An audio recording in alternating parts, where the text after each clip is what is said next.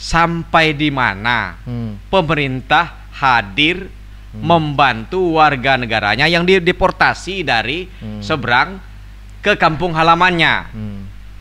Menurut saya itu menjadi penting karena selama ini mereka kembali ke kampung halamannya tanpa campur tangan pemerintah daerah. Oh, saya kira tadi yang udah bebas tuh ada campur tangan pemerintah. Enggak. Ada, mereka begitu dideportasi, yang tahap pertama ada 300 orang lebih, Kabupaten Sintang ada 12, pulang mandiri. Maksud kita semua tuh kalau bisa difungsikan, termasuklah jembatan yang ada di Ketungo Tengah. Kalau bisa direka ulang kembali. Itu apa masalahnya tuh?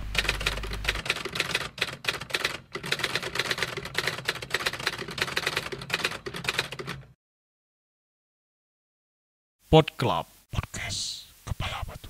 Kawan ngobrol saya adalah salah seorang penggiat di komunitas informasi masyarakat perbatasan, yaitu Bang, saya panggil Bang ya lah ya. Boleh. Bang Ambrosius Murjani. Oh, kirain tadi Bang Kepala Batu Ambrosius Murjani. Kepala Batu itu sebenarnya orang-orang yang duduk sini kepala batu semua, Bang. Iya, Aku, Abang. Yang di sini kepala batu apa nih? Kepala bukan batu proyek ya. Jadi malam ini kita nih mau ngobrol ini, Bang, mau ngobrol soal ya seputar masalah perbatasan lah kan. Ya, berarti ngobrolkan masalah kepala batu Kelingkang. Oh ya, Bukit Kelingkang ya kan. Karena itu yang menjadi batunya bagus lah tuh Bukit Kelingkang tuh. Bagus ya. Ngangkutnya aja yang mikirnya gimana gitu. Berarti kan sebenarnya tidak ada alasan tuh kalau infrastrukturnya kurang bahan kan. Enggak. Batu Kelingkang bisa enggak? Bisa kurang bahan kalau bahan pengangkutnya enggak ada itu aja. Itu kaitannya sama anggaran kali. Barang pengangkut aja. Jadi nih, Bang, apa kabarnya, Bang? Baik, sehat. Ya, puji Tuhan sampai hari ini masih diberikan ya kesehatan dan kekuatan. Masih bisa ngomel lah ya. Masih bisa nempel di kepala batu. Ini, Bang, apa tuh kalau lihat kan gini tuh. Saya tadi sore itu sempat baca-baca jurnal lah soal perbatasan di Indonesia. Sebenarnya rata-rata tuh perbatasan kita dengan beberapa negara di Indonesia itu masalahnya tuh sama. Masalahnya ya soal infrastruktur dasar, lalu kaitannya ke soal layanan dasar publik juga terganggu gitu kan. Apalagi belakangan tuh ada berita viral nih dua tiga hari terakhir itu soal betapa sulitnya orang perbatasan tuh ngakses fasilitas kesehatan lewat jalan yang rusak, terpaksa didorong, ada yang ditandu semacam gitu kan. Tapi sebenarnya itu kan masalah generik, masalah lama gitu kan, bukan masalah baru sebenarnya gitu kan. Hanya ya kadang-kadang karena sekarang by momentum jadi viral gitu kan. Sebenarnya sih kalau Abang nih sebagai warga perbatasan tuh ngelihat persoalan perbatasan kita tuh letaknya di mana sih sebenarnya? Kenapa kok persoalan infrastruktur itu tidak pernah selesai dari puluhan tahun lalu gitu kan? Oke lah, kita tidak ngitung Orde Baru, kita ngitung reformasi. Sejak reformasi juga masalah ini juga tidak selesai. Kalau menurut Abang di mana tuh letak persoalan kunci sebenarnya tuh? Baik, kita sih tidak ahli ya. Cuman berdasarkan pengalaman, sebenarnya kalau menurut kami sih di perbatasan kuncinya yang benar-benar mau bekerja untuk pembangunan. Ini apa nih maksudnya nih? Ya, kan tadi pemerintahnya, pemerintah dan pekerjanya. Nah, selama ini mereka ini kan hanya mau tendernya saja. Oh, ini kaitannya mau proyek pemerintah ya? Mau tendernya saja, tetapi dalam pelaksanaannya kan yang jadi masalah begitu. Harus putra daerah. Oke. Karena kami 11 tahun yang lalu di Ketungo Hulu itu kan ada 2 perusahaan besar yang membangun jalan dengan dana yang besar. Kita dapat 2 titik pada saat itu 11 tahun yang lalu. Itu yang pertama di Rentung sama di Aput. Kilometernya juga tidak panjang, 5 sampai 6 kilo. 1 miliar 1 kilo. 1 miliar 1 kilo. Berarti sampai hari ini jalan itu belum ada apa-apanya. Artinya belum ada rusaknya sama sekali. Saya ketawa tuh, Bang, karena tidak terkejut sebenarnya itu. Lalu yang sekarang yang dibangun berdasarkan aspirasi kawan kita yang ada di Komisi 5 untuk penanganan wilayah perbatasan, yang dibangun panjang-panjang, ya memang yang bukanya TNI. Tapi pekerja yang mendapat kontrak memang putra-putra daerah, itu udah baik lah menurut kami. Kita acungkan jempol. Hanya yang kami menjadi bingung, mengapa kualitas jalannya jauh berbeda dengan yang dikerjakan hanya 5 kilo 6 kilo itu. Oh gitu. Anggarannya ya saya lihat sih kurang-kurang lebih lah. Nah, ini Komisi 5 DPR RI maksudnya ya, kan? Artinya kan bahwa orang hanya mau menender pekerjaan, mengambil pekerjaan. Begitu sudah bekerja, kualitas dan mutunya itu saya lihat tidak pernah diperhatikan terlalu jauh. Diperhatikan tapi hanya ya kalau ada orang ngomel sedikit, kerjakan tambal sesuai standar sedikit, paling berapa, sekilo 2 kilo kan begitu. Nah, akibatnya jalan itu kan itu terus yang diurus. Nah, kayak sekarang jalan itu kan seharusnya tahun ini itu kan pemeliharaan di wilayah Ketunggahulu dari Balai Karangan sampai wilayah Kabupaten Sintang. Yang dikerjakan di wilayah perbatasan. Fungsional maksudnya ya, itu sampai. Harusnya ada pemeliharaan. Nah, kan tahun lalu terakhir pekerjaannya menurut mereka. Nah, hasilnya ya itulah, kalau udah hujan ya hancur lagi. Apapun konsep jalannya, ketika jalan tanah dilewati oleh beban di atas standar, tidak mungkin bisa. Karena itu tadi 11 tahun yang lalu ada 2 perusahaan Tripa dengan DCM, mereka mengerjakan jalan, setelah dibuka itu dikerok kayak bikin parit, baru diisi. Nah, yang sekarang kita tidak tahu karena putra daerah yang bekerja ini bawa teknologi semua, kita tidak tahu. Cuma celakanya di penghujung pekerjaan ini kan ada pemilu. Nah, terus kita tidak menuduh, tetapi kualitas jalan itu menurun setelah pemilu. Gitu loh. Dan saya cari kaitan antara pemilu sama penurunan kualitas jalan.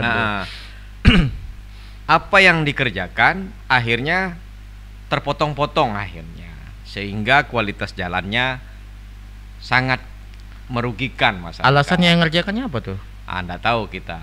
Karena ya paling-paling mereka hanya ke lapangan kan lihatnya, kita tidak tahu berapa anggarannya, siapa yang mengerjakannya. Nah itu kadang-kadang kan kabur-kabur juga kita mendengarnya. Tapi bahwa kalau hari panas sih bagus.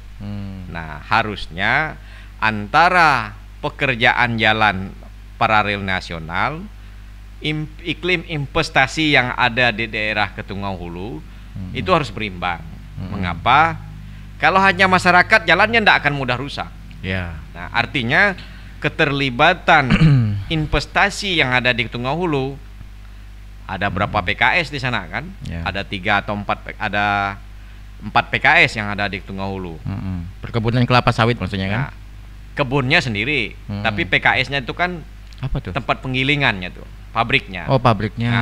Pabrik kelapa sawit. Nah, pabrik kelapa sawitnya itu. Yang satunya di Sebetong Palu, satunya di Empunak, satunya di wilayah Sungai Seria. Nah, pernah kita sarankan dulu supaya kita sama-sama menjaga. Memang mereka ada bantu memperbaiki, tetapi sangat tidak berimbang karena ada jalan ini kan jalan tanah. Jalannya 5 ton kemampuannya dipaksa 16 ton. Apabila PKS-nya itu angkanya tinggi, kan otomatis tidak mungkin 10 biji yang datang ngambil CPO-nya. Nah, artinya ada 2 yang ada 3 yang akan merusak jalannya. Bisa membuat jalan itu kualitasnya menurun. Pertama, ngangkut pupuk. Kedua, bawa buah sawit. Ketiga, bawa CPO. Nah, itu yang membuat kita di daerah perbatasan itu ya kurang paham lah bagaimana cara penanganannya. Kalau solusi dari pemerintah tuh gimana tuh sejauh ini? Kan itu kan masalahnya kan udah berulang. Masalahnya kan sebenarnya klasik kan gitu kan. Tapi sejauh ini apa tuh tawaran dari pemerintah kabupaten, pemerintah provinsi gimana tuh? Kalau yang tawaran dari pemerintah kita lihat belum. Belum ada. Nah, yang ada itu pastilah garda depannya Forkopincam. Sejauh mana sih kekuatan Forkopincam kalau berhadapan dengan iklim investasi? Belum lagi terbentur soal status jalan ya kan? Iya. Saya katakan demikian karena kita di kecamatan biasanya hanya dipanggil kalau bermasalah. Tapi kalau enggak ada masalah, kita minta bantu, enggak ada dia mau bantu. Nah, gitu ya. Itu yang terjadi kalau saya lihat. Artinya kadang-kadang ya pemerintah kecamatan ya dianggap sebelah mata oleh iklim investasi yang ada di daerah. Nah, baik dia kebun maupun dia PKS-nya. Nah, begitu. Harusnya kalau mereka menaikkan kendaraan apabila di musim hujan janganlah sampai 100 unit naik. Atau gini, Bang. Apa tuh? Nah, kami hanya cerita realnya aja. Kaitannya gitu, jadi gini. Tadi kan kita kaitan ke ini ya supaya fokus sih. Kaitannya ke 5 teori tadi itu. Tadi ada pendekatan pembangunan. Adalah pembangunannya ternyata bermasalah pembangunannya. Kemudian di situ kan karena ada teori yang bilang bahwa di perbatasan itu perlu peningkatan daya saing. Kalau Abang sebagai orang perbatasan lihat tuh ini kan artinya ekonomi nih. Ada daya saingnya. Berarti ada peningkatan semakin ekonomi. Baik. Dibandingkan kalau menurut Abang dibandingkan peningkatan ekonomi itu dibandingkan dengan kerusakan jalan ini sebanding apa enggak? Enggak lah. Enggak sebandingnya. Nah, enggak. Kan kita enggak bisa juga menafikan bahwa ada investasi ya. Nah, kalau hanya masyarakat enggak ada perusahaan sih jalannya sih enggak terlalu rusak benar kan gitu dia. Kalau seandainya masyarakat yang punya kebun sendiri kan lain ceritanya kan. Kalau perusahaan masyarakat yang punya kebun kan enggak terlalu ini. Ya, kan. berapalah kekuatannya kan. Tetapi kan masyarakat juga mau jual kemana kan gitu. Nah, artinya harus ada keseimbangan lah. Nah, jadi antara pembangunan yang datang dari pemerintah, investasi yang ada juga di tempat daerah, ini kan sama-sama diperlukan. Nah, pembangunan diperlukan untuk mendukung daya ekonomi masyarakat. Iklim investasi juga diperlukan untuk merubah nasib masyarakat gitu loh. Kalau iklim pembangunannya aja saya lihat kayak kalau hanya pembangunan, kalau untuk masyarakat enggak terlalu signifikan benar kan ya, kurang lah. Tetapi investasi sangat berpengaruh karena perlu orang banyak untuk bekerja. Jadi kemudian gini Bang, itu tadi di 2 teori itu 2 ada tidak connect tuh kan? Ya. Dua teori itu tidak connect. Kemudian kalau lihat soal sektor keamanannya gimana tuh di sana tuh? Kalau keamanan karena ditangani penanganan keamanan negara itu kan jatuhnya ke TNI ya. Nah, kalau di sana sih kalau untuk kesediaannya mereka memang sudah dikurangi dari kekuatan mereka dulunya bisa sampai di atas 400, sekarang kan kurang. Jadi jumlahnya kan berkurang nih. Yang dulunya satu pos bisa sampai 20, sekarang hanya 15. Nah, gitu dia. Untuk di pihak kita. Nah, artinya untuk menjaga keamanan negara sudah sangat stabil. Stabil. Ya, artinya itu untuk pendekatan keamanan. Hanya di masyarakat juga merasa terbantu dengan adanya pendekatan-pendekatan militer itu, yang pasti karena setiap satuan, setiap pos mereka punya nakes. Oh gitu. Ini jadi kan lebih dekatkan ke desa lah. Jadi kan mereka punya sistem untuk pelayanan ke masyarakat di wilayah pos mereka. Mungkin juga mereka bantu-bantu ngajar kali.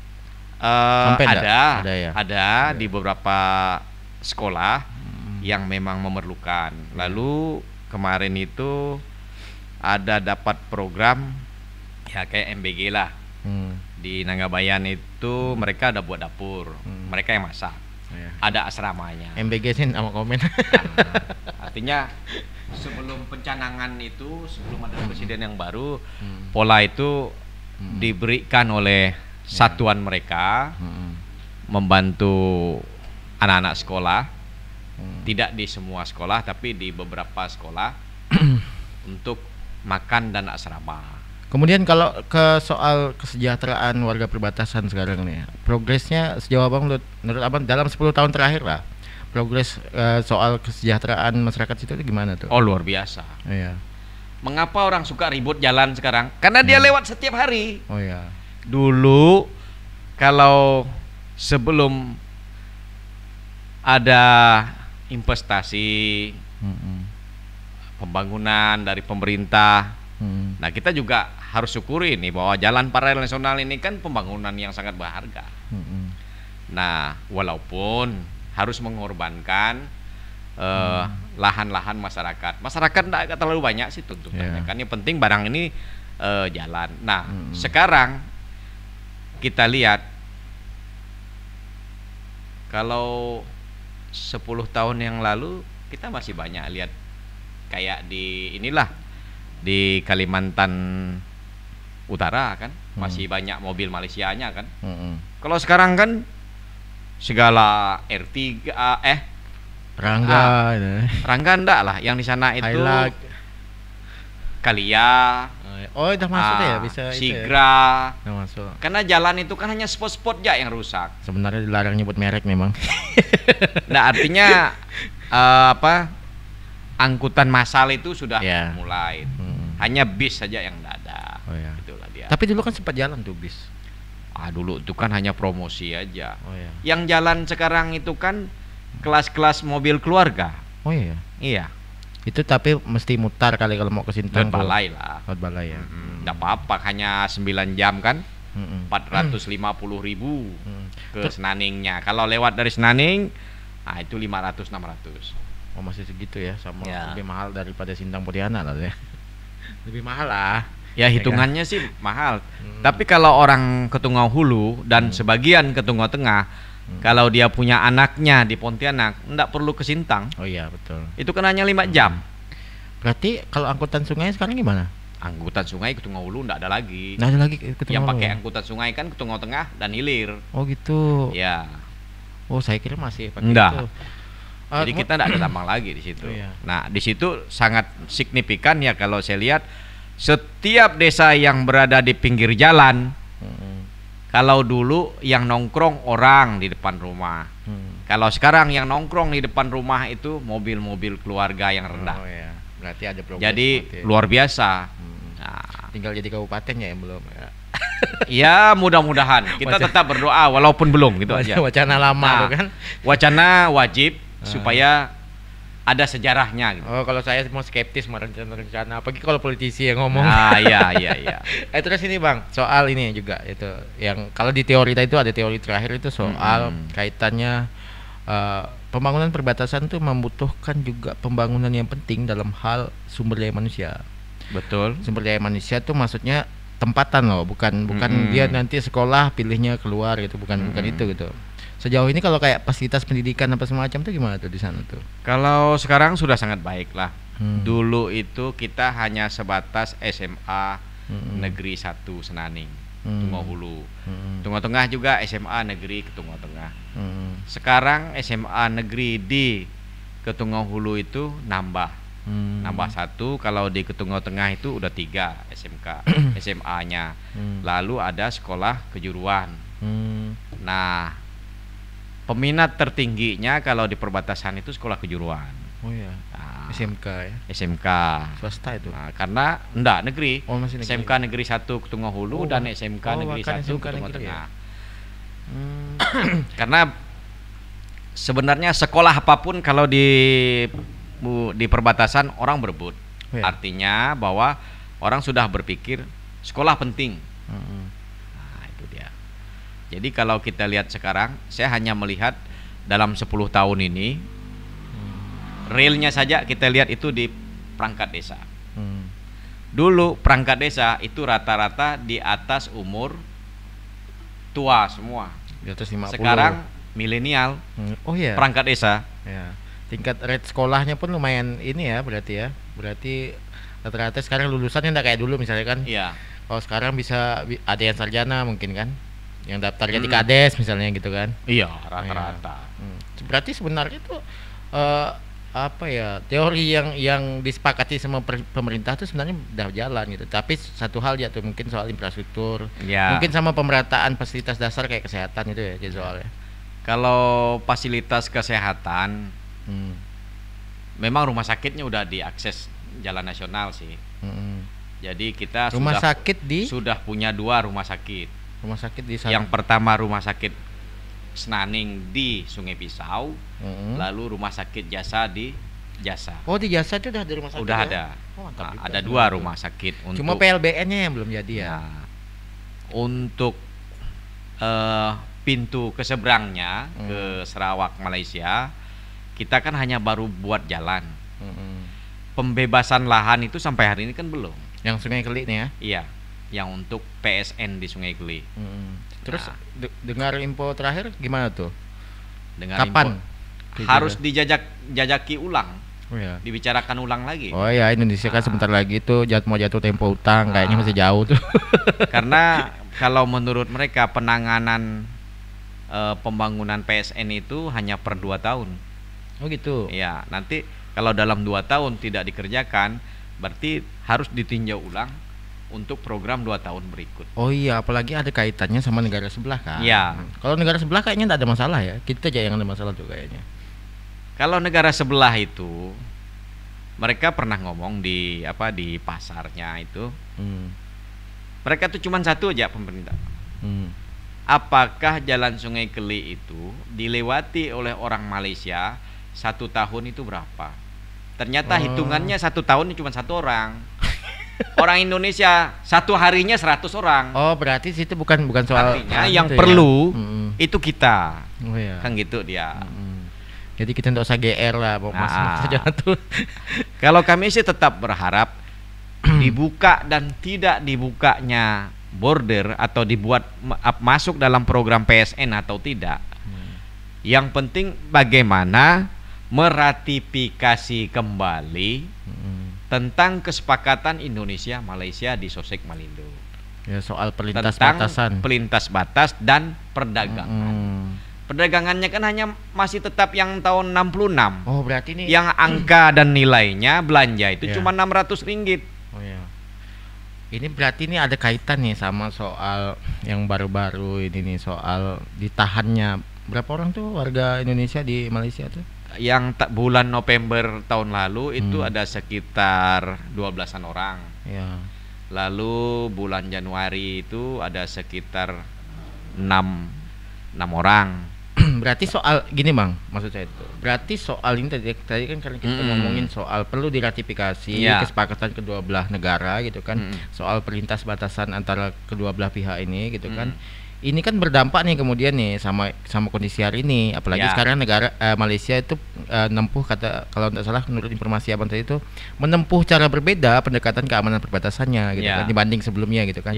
Makanya kemudian itu berimbas tuh ada warga Indonesia ditangkap di sana gitu kan. Jadi kalau sejauh ini tuh yang dilakukan sama pemerintah Indonesia untuk ngatasi soal itu gimana tuh? Lobby Sosek Malindo soal pelintas batasan tuh gimana tuh? Kalau Sosek Malindonya kan kita tidak tahu nih tahun ini. Sepengetahuan abang lah. Ada apa enggak kan? Berarti nanti tinggal kita cross checknya di Sekda atau Badan Perbatasan daerah kan ada. Nah, berkenaan dengan mengapa orang kita banyak ditangkap akhir tahun dan awal tahun ini, pertama karena ada sistem yang berubah di negeri seberang, yaitu konsep operasi perbatasannya berubah. Kalau dulu hanya dijaga 1-2 orang di setiap titik batas atau setiap, kalau di Malaysia itu disebutkan jalan tikus. Nah, jadi semua jalan masuk itu semua memang ada yang patroli di situ. Nah, sementara kita itu mulai sekitar tahun 2011 atau 2010 yang lalu kalau tidak salah kita sudah pakai sistem PAMTAS. Di tahun 2025 ini akhir 2024 Malaysia sepertinya merubah polanya yang di wilayah Kalimantan menggunakan juga sistem pamtas menyeluruh seperti kayak gitu. Kayak pagar betis kali gitu ya. Artinya kalau dulu itu kan hanya polisi biasa, sekarang mereka pakai PGA. Apa PGA itu Polis Gerakan Awam AM. Oh. Sama dengan Brimob di tempat kita. Oh gitu. Nah, jadi setiap jalur yang masuk ke negara mereka itu akan dijaga 15 sampai 20 orang. Wih, Artinya kan sama dengan punya kita. artinya ada Di Sungai Keli punya kita ada 20 orang, punya mereka di bawah ada 20 orang. Kalau dulu kan hanya 1-2 orang ya, sebulan sekali paling naik ketemu mereka. Kalau sekarang dijaga ketat. Lalu orang yang bukan wilayah berada di sepanjang batas itu kalau bisa ya janganlah dulu ke Malaysia. Karena mereka sekarang setelah melakukan penangkapan salah masuk yang selama ini mereka lakukan, maka mereka hanya menyarankan lebih baik kembali, jangan turun gitu maksudnya. Karena kalau ke Malaysia rata-rata kan turun nih kalau dari jalan di wilayah Kabupaten Sintang, baik Tunggu Tengah maupun Tunggu Hulu. Nah, gitu dia. lewat jalur tikus di Kelingkang itu ya. Baik dia lewat Sungai Seria, lewat Muakan, lewat Neraci Jaya, lewat Jasa, lewat Sungai Keli, lewat Nangabayan, dan lewat Semari. Ini Bang, kalau kita ngomongin antropologinya ya, masyarakat perbatasan itu kan yang di kita dengan yang di Malaysia itu kan secara kultur kan sebenarnya dekat tuh, ya kan. Makanya kalau tak salah saya dulu tuh ada kesepakatan kenapa Malaysia dulu tuh lebih apa ya, lebih longgar karena mereka lihat tuh ada faktor kultur yang dekat gitu kan, misalnya kayak orang Iban gitu kan. Orang Iban di Malaysia sama kita kan dekat tuh. Banyak juga orang keluarga yang di Malaysia sama keluarga sama orang Iban di Indonesia gitu kan. Kalau sekarang itu sepengetahuan warga perbatasan, apa sebab soal kultural ini tidak jadi pertimbangan Malaysia lagi? Ada tahu tidak kira-kira warga perbatasan sebab kenapa sekarang diperketat misalnya gitu? Kalau ras kita ini kan sama, kan kekerabatannya kuat, bangsa antara Melayu, masyarakat yang ada di Sarawak dengan masyarakat yang ada di Indonesia ini kan masih ada bapaknya yang di sana, ada bapaknya yang di sini, ada anaknya di sana. Nah, kekeluargaannya tetap terjaga. Permasalahannya bahwa kita selama ini itu kan menganggap bahwa kalau turun ke sana tidak ada penjagaan, tidak ada masalah. Nah, Malaysia ini kan merubah pola penjagaan negaranya, diperketat. Yang boleh masuk itu orang-orang yang hanya betul-betul tinggal di batas, hanya sebatas kunjungan di kampung yang ada di batas. Nggak boleh pergi ke Kuching, nggak boleh pergi ke Sibu, gitu kan gitu dia. Bisanya ke Rapat Tepus gitu tuh ya. Kalau Rapat Tepus kalau dia dari dari Jasa berarti ke Rapak, kan gitu. Kalau dari Nangabayan berarti dia ke Gua. Oh, berarti yang di situ berarti masih aman. Lalu kalau dari Sungai Keli dia ke Kuari. Nah, kalau yang orang dari Jasa mau pergi ke Kuari, dia harus pakai lewat Sungai Keli, nah gitu. Sekarang itu masyarakat kita yang mau turun wajib bawa KTP. Nah itu sekarang. Nah kemarin kenapa ada penangkapan? Mungkin di Malaysianya sedang dilakukan operasi pati pendatang tanpa izin menyeluruh di seluruh negara Malaysianya. Gitu. Nah orang kita yang pada saat itu banyak ketangkap ini kan dah menjelang akhir tahun, yang belanja segala apa kan gitu. Natal, Tahun Baru tuh ya. Ya, maka kan ada satu sekdes kita nih kan, ada satu yang bekerja di kesehatan kemarin itu. Oh, yang ketangkap nih. Jadi sekarang udah keluar. Maka tertundalah APBD mereka kan. Sekdesnya di sana kan gitu dia. Nah, artinya bahwa perlu ada, itu maka saya sampaikan perlu ada ratifikasi tentang kesepakatan antara perlintasan orang, barang dan ekonomi, kan gitu. Perlintasan orang, kalau memang tidak boleh masuk ke sana, maka imigrasi seharusnya hadir Oh iya. di wilayah Kabupaten Sintang, di 2 kecamatan itu. Ada petugasnya gitu loh. Setidaknya orang bisa ngurus paspor dengan maka mudah paling gitu tidak kan. warga perbatasan yang berbatasan langsung dengan negara lain punya pas merah. Ya. Kan gitu dia, bukan paspor, pas merah. Pas merah itu apa tuh? Surat izin masuk lah. Oh, kayak Kayak paspor. Enggak, gitu kayak bukan? yang paspor merah. Oh, paspor Itu merah. hanya diperuntukkan untuk orang yang ada di sepanjang perbatasan. Oh iya, berarti itu Nah. gini, Bang. Berarti gini, dengan kondisi tadi kan kita ngerasa lah kenyataannya bahwa kita tuh perlu sama Malaysia. Ya. Kita yang perlu gitu Kita kan. yang perlu, harus diakui gitu loh. Berarti ini kan secara ekonomi juga warga perbatasan tuh tergantung sama Malaysia juga gitu kan. Ya, hasil produk pertanian ke sana. Oh, itu dia Nah, soal dia. tuh. Itu yang juga bisa Bisa dianggap abai lah nih sebenarnya Nah, kan oleh artinya pemerintah tuh kan. karena pasarnya di sana, pasar kuari itu dipenuhi barang kita. Iya. Kan gitu. Yang belanjanya juga orang kita. Nah, dengan pengetatan itu kita tidak boleh menyalahkan pemerintah Malaysia. Iya dong. Karena itu negara mereka, ada wilayah mereka. Sekarang bagaimana pemerintah kita, baik kabupaten, provinsi dan pusat Iya. melakukan pertemuan ulang atau Sosek Malindo untuk membahas mengratifikasi aturan tentang perlintasan orang, Barang dan barang dan ekonomi. Hmm. Perlintasan orang baru kan harus pakai surat menyurat. Yang paling mudah dikerjakan oleh masyarakat di sepanjang perbatasan kalau mau melakukan pendekatannya ya harus sediakan Iya. pas merah. Lalu petugas dari imigrasi itu harus standby.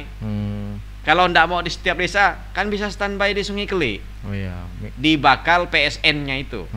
Kan gitu dia. Bare minimumnya paling tidak tuh di Senaning lah. Misalnya kalau untuk kayak Di Sungai itu kan. Pisau lah kalau pusat kecamatan. Oh iya, Sungai Pisau. Tapi lebih bagus kan dia standby-nya di sana. Jadi Sungai orang Keli. mudah juga ngurusnya gitu kan. Karena orang sekarang perlintasan orang yang terbesar itu lewat Sungai Keli. Satu hari bisa sampai 100 lebih.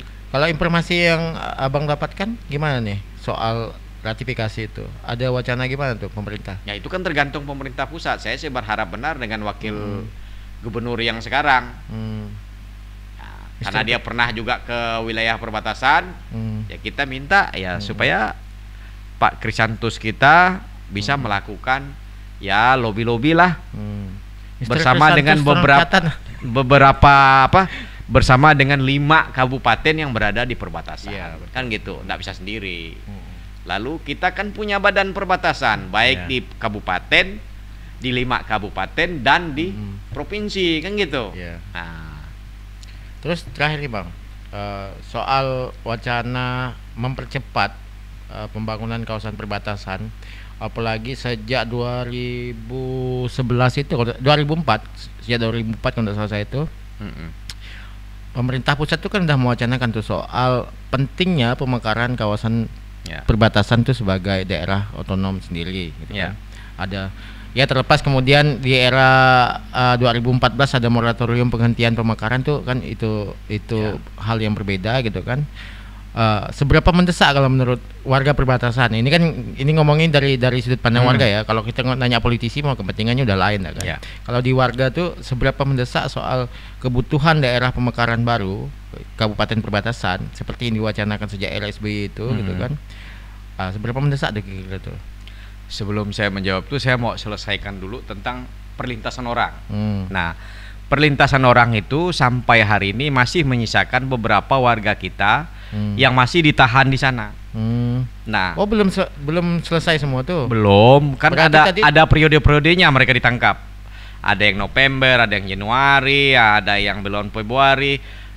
Artinya yang mau saya sampaikan bahwa sampai di mana pemerintah hadir membantu warga negaranya yang dideportasi dari seberang ke kampung halamannya.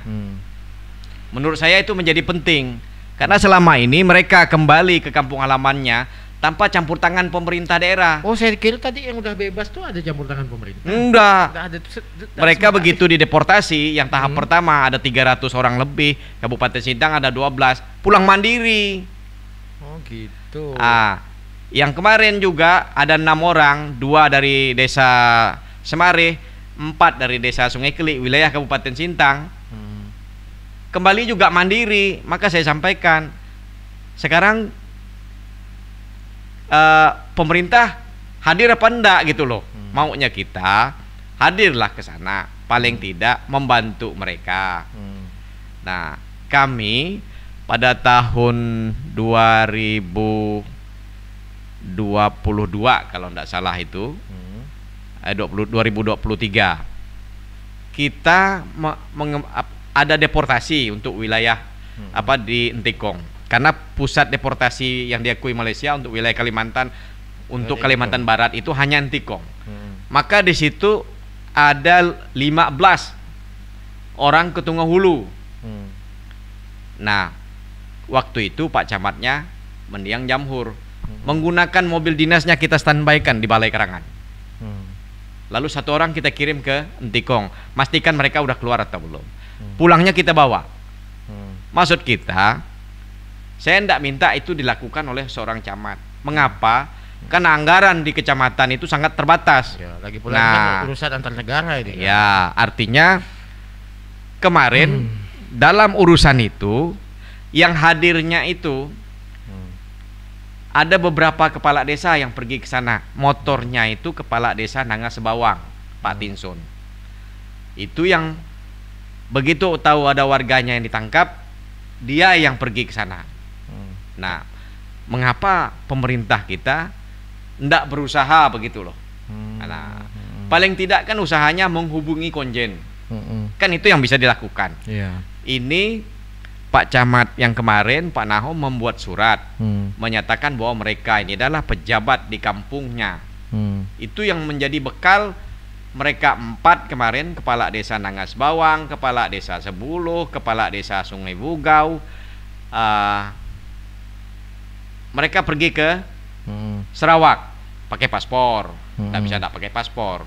Jangan kita mau ngurus anak buah warga tapi tidak pakai paspor ke sana. Sampai ke sana baru mereka dapat informasinya bahwa mereka memang benar tahan orangnya ini.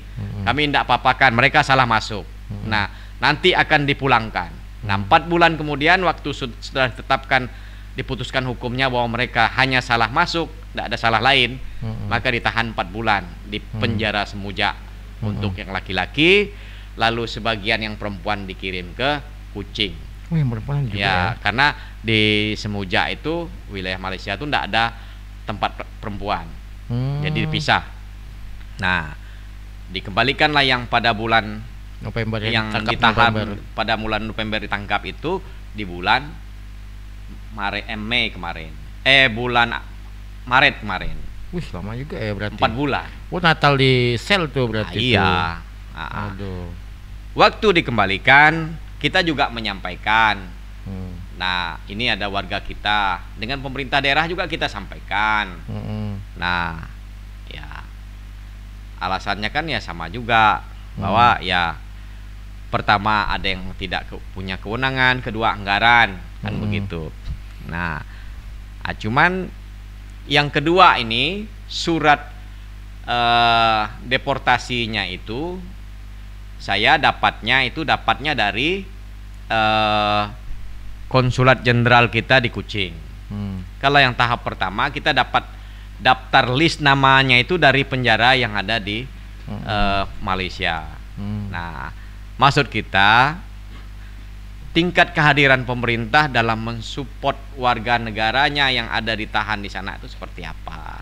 Kan boleh dikunjungi, kan gitu dia.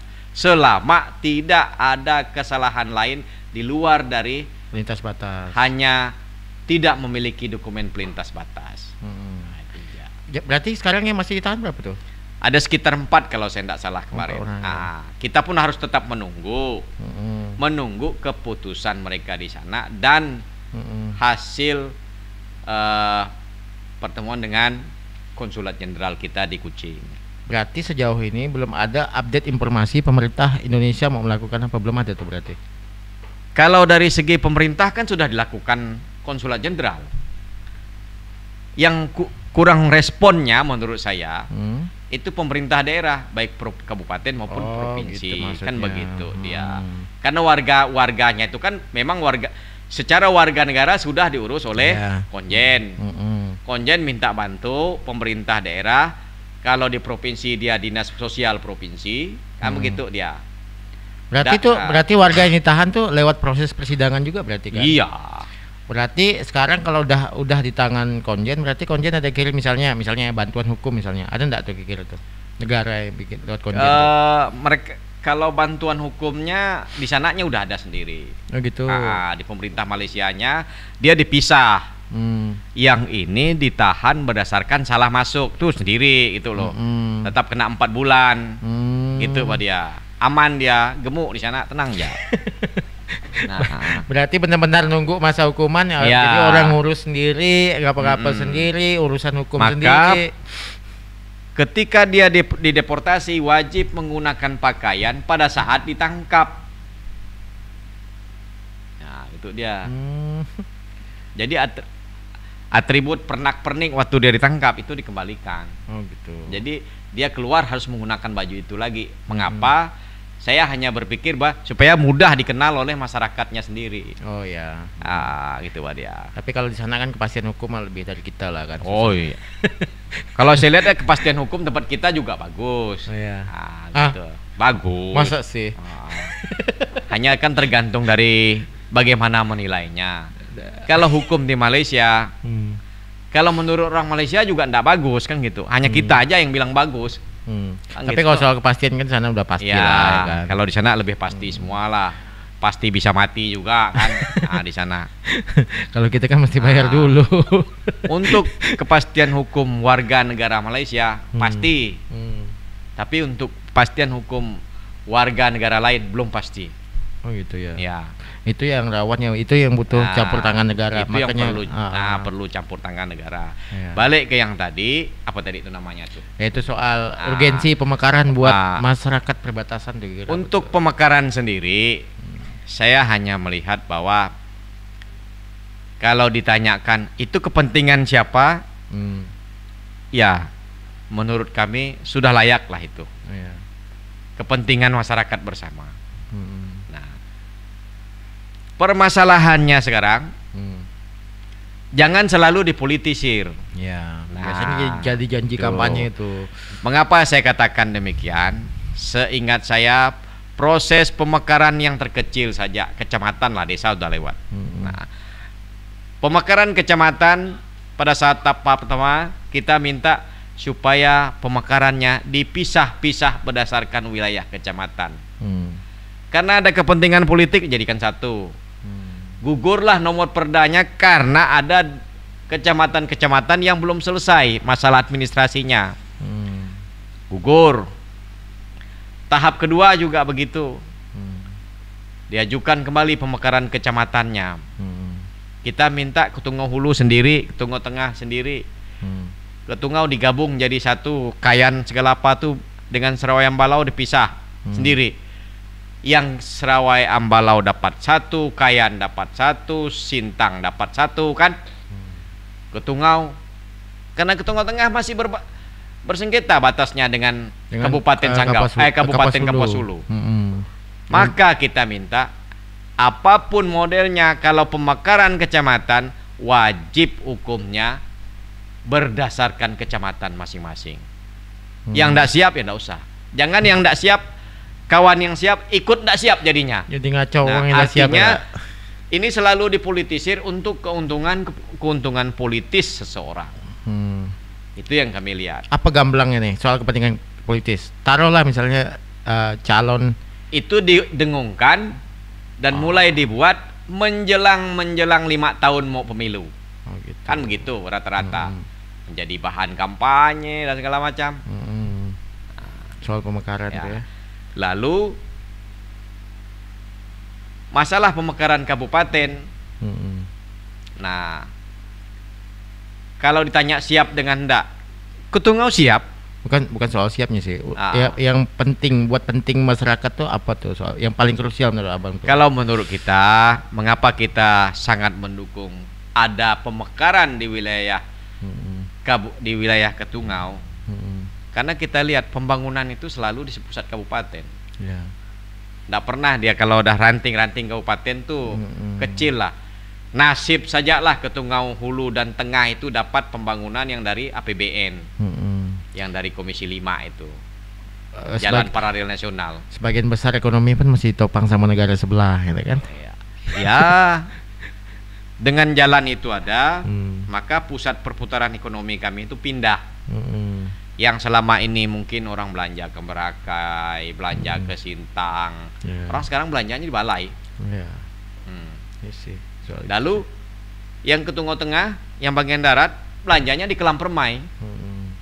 Tapi kayaknya ini bang, sebenarnya ini agak kabar-kabar buruk lah gitu kan. Ya, dengan kondisi keuangan Indonesia saat ini, moratorium itu kan masih jalan tuh. Moratorium penghentian pemekaran itu kan masih jalan, belum dicabut juga gitu kan. Tapi nggak apa-apa, Papua bisa mekar jadi 6. Lah ini kan politis juga tuh. Ah itulah dia. Maka tadi kan maksud kita, apakah harus kayak ancur-ancuran dulu kayak Papua? Sementara kita pernah dapat dom loh. Ketungau ini di zaman makanya tadi saya bilang 65. Bang, hukum di tempat kita ini tidak ada bisa percaya. Itu soalnya itu dia. Maka saya tadi keluarkan itu. Abang benarkan sendiri itu.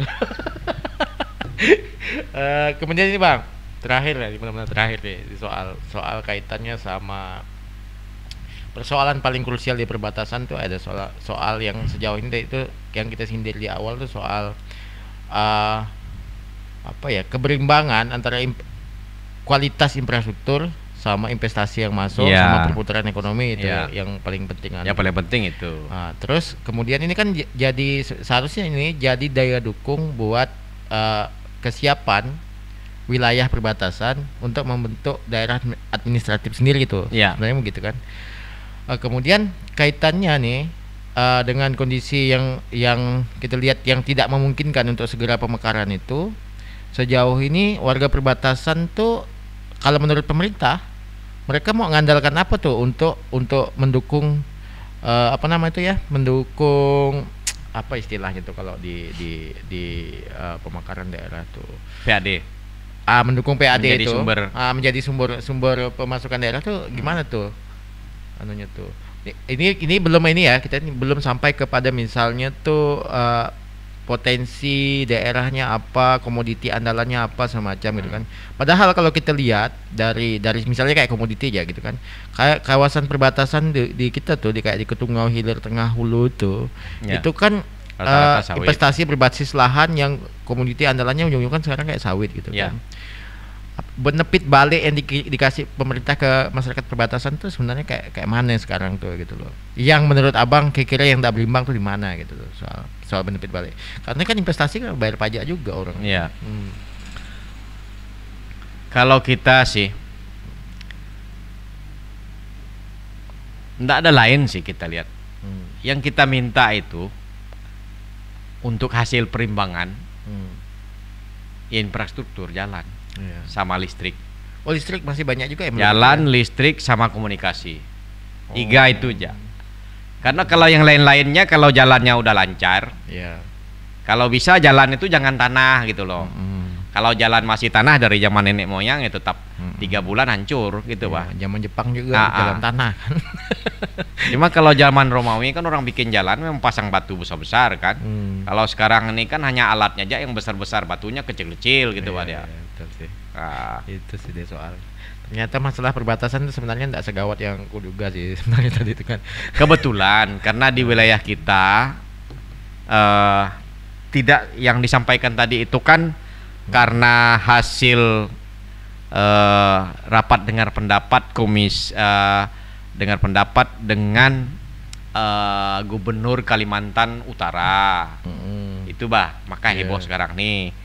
Nah, mereka minta perlakuan di Kalimantan Utara itu sama dengan di Kalbar. Kalau di Kalbar ini kan Sosek Malindonya ada, di Kalimantan Utara itu enggak ada. Itu masalah mereka. Jalannya lebih parah dari punya kita. Nah, kalau di kita ini jarang sih dengar mereka yang berpikul-pikul lagi Iya. bawa itu orang sakit. Masih banyak di Sekarang ini malah ambulannya yang tidak jalan kan, gitu. karena jalannya hancur.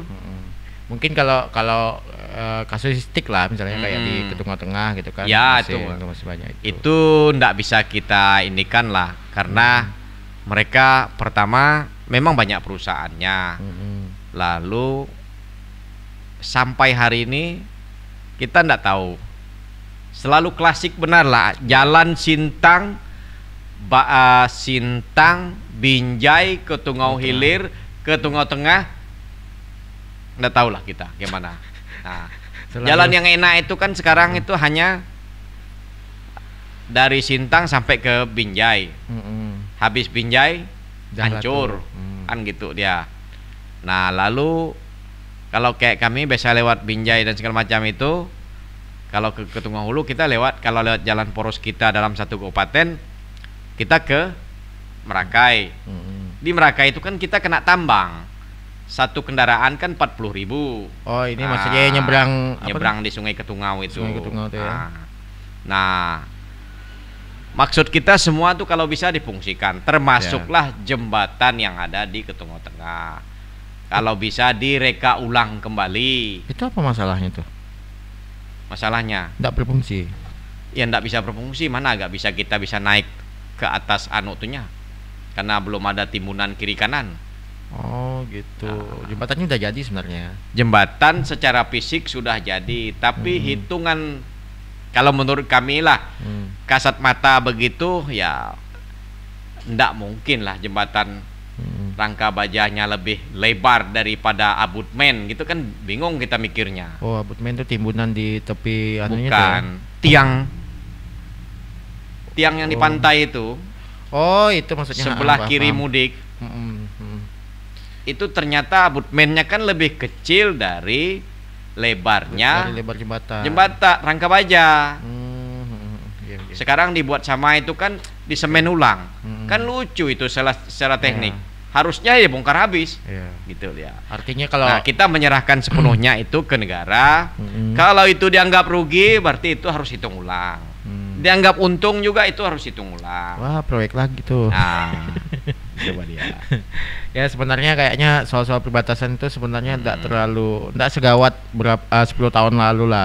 Kan sekarang apalagi ekonomi masyarakat juga jalan, kemudian pendekatan keamanan tidak kayak dulu, tidak ada lagi suara-suara orang mau merdeka gitu kan. Oh, tidak ada kalau sekarang yang mau merdeka. Yang sekarang itu banyaknya mau nutup jalan. Itu ya. Nutup jalan karena di titik itu tidak bagus. Gitu. Kan gitu. Kayak sekarang gorong-gorong menggunakan gorong-gorong tidak standar. Harusnya dicor semen, kan ini pakai plastik. Ya udahlah. Ya inilah pembicaraan kami random soal perbatasan gitu kan. Ya ternyata tidak gawat-gawat benar. Ya ada yang gawat, ada akses yang susah, itu kasuistik di beberapa titik tertentu, tidak rata di perbatasan gitu kan. Tapi ya meskipun itu kasuistik, ya pemerintah jangan abai juga, dan juga jangan sampai juga itu kayak kasus yang muncul itu soal warga kita yang ditahan di Malaysia. Ya pemerintah daerah dibutuhkan segera keterlibatannya sebagai wujud dari kehadiran negara untuk warga perbatasan. Pod Club Podcast.